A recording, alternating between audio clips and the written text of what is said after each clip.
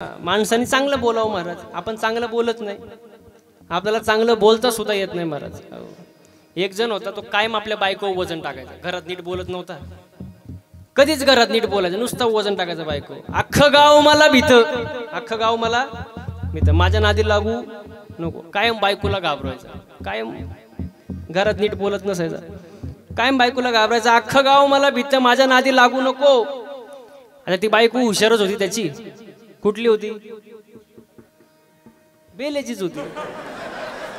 ती कशी असणार? हुशारच ना महाराज. ती म्हणले थांबा जरा, तुमच्याकडे बघतेच. नेमका गुढी पाडवा आला, पाडवा आला. आता पाडव्याला काय करतात जेवायला? महिला मंडळ पुरणपोळी करतात. पुरणपोळीचा बेत केला होता. आता गावातला पुढारी घरी मिटिंग बसली त्याच्या. हिने आपल्या पोराला बोलवलं जवळ तिने आणि म्हणली, बाळ्या इकडे, पप्पा जवळ जा आणि म्हण माझ्या आईने तुम्हाला पुरण वाटायला बोलवलं. आता ते गेलं मीटिंग मध्ये, म्हणला पप्पा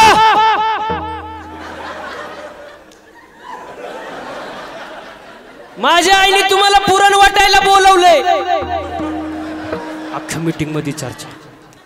ते तो गाई उठला, बायको जवळ गेला किचन मध्ये. तुला काही कळतं का नाही? पोराला असं बोलायला लावतात का? तुम्ही तर लई बोलत होते, अख्खं गाव मला भीत, माझ्या नादी लागू नको. तुमची हवाच काढून टाकली म्हणते.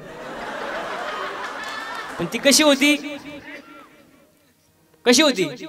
हुशार होती ना. कुठली होती? बेलीची. ती मुळात हुशारच, काय शंका आहे का तुम्हाला? ती हुशारच ना, ती हुशार होती. ती आली बाहेर आणि म्हणली आता हवा तर काढली आपण, पण हवा कशी भरायची तिला माहिती, ती हुशारच. ती म्हणली कृपया गैरसमज करून घेऊ नका, कृपया गैरसमज करून घेऊ नका. आज काय आहे? गुढीपाडवा आहे, पुरणपोळीचा बेत केलाय. फक्त झालं एवढं, थोडस पुरण जरा उरलं म्हणून प्रसाद म्हणून सगळ्यांना त्यांना मी पुरण वाटायला बोलवलं. म्हणजे घरात कसं बोलावं माणसाने, नीट बोलावं का नाही, तर असं असतं महाराज. आणि यांचा कधी नाद करायचा नाही, या मंडळींचा कधीच नाही महाराज. कधी काय करतील सांगता येत नाही महाराज. घरात नीट पती पत्नीने सुद्धा नीट बोलावं. पती पत्नी म्हणजे मोटरसायकल बाबा, पती पत्नी म्हणजे मोटरसायकल. पुढचं चाक म्हणजे पती,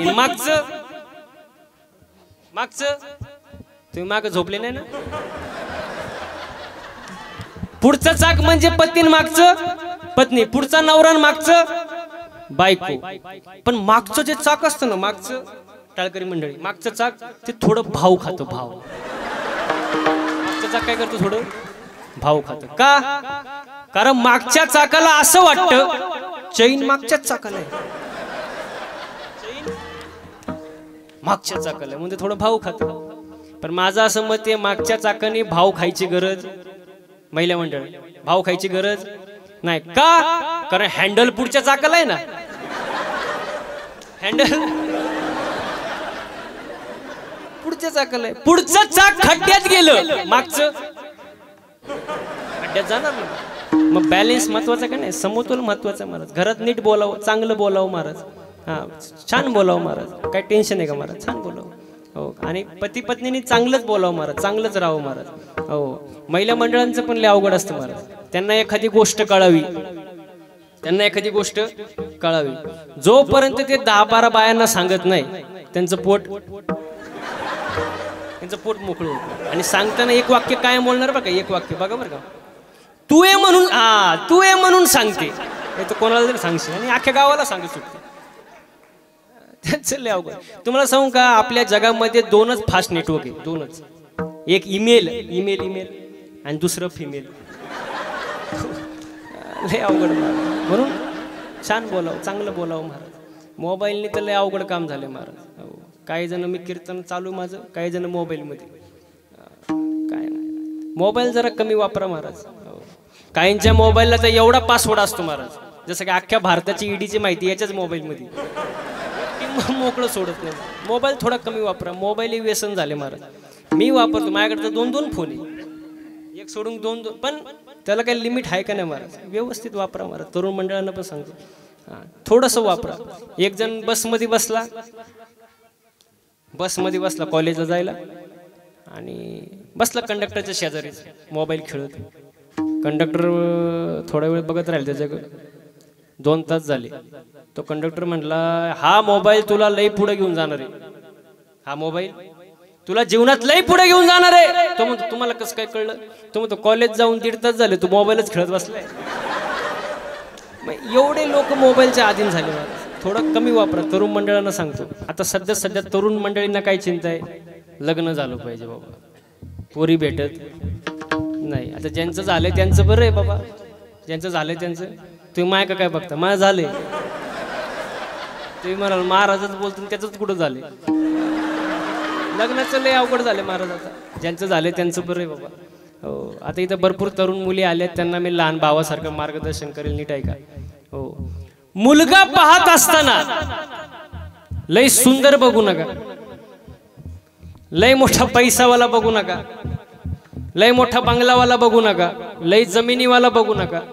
मुलगा बघत असताना फक्त निर्व्यसनी बघा, तुमचं आयुष्य सुखी झाल्याशिवाय राहणार. 50 एकर आहे, 50 हजारावाला आहे, पण रोज दारूच पिऊन येत असेल तर ते पैसे राहणार आहे का? नाहीच ना राहणार. निर्व्यसनी बघा महाराज. निर्व्यसनी जो आहे ना, तो पुढे आयुष्यात काहीतरी करीन, पण व्यसनावाला ते आहे ते घालवीन महाराज. विठ्ठल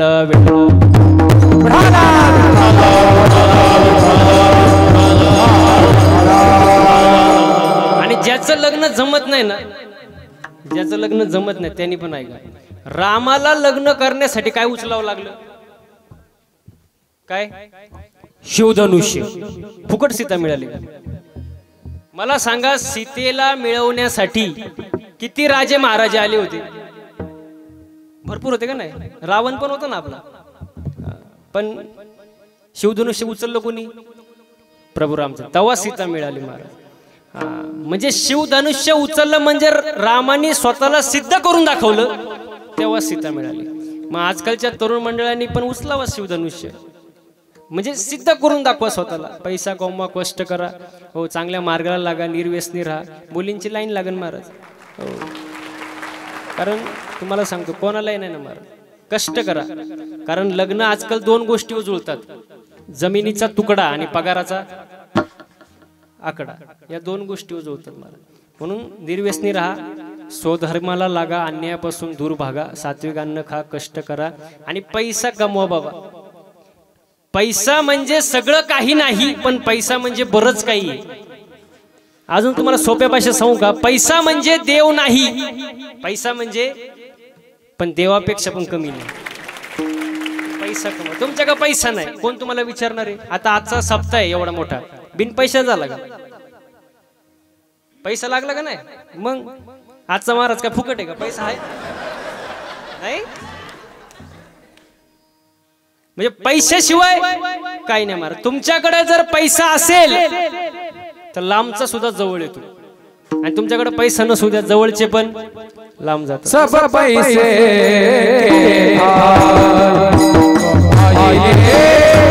सब पैसे